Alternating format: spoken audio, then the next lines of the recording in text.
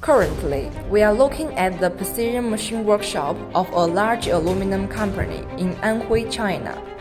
It features fully automated production lines with high automation levels.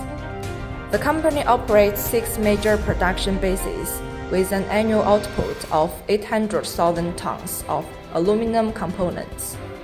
The most frequently seen equipment in this workshop is PONC's PB series profile machine sinters.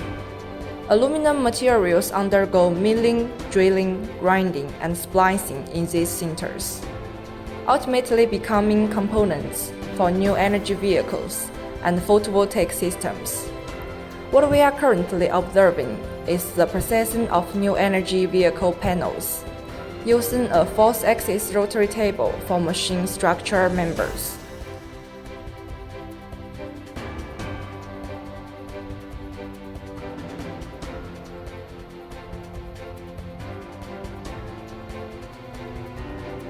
Let's examine PONC's PB series in detail.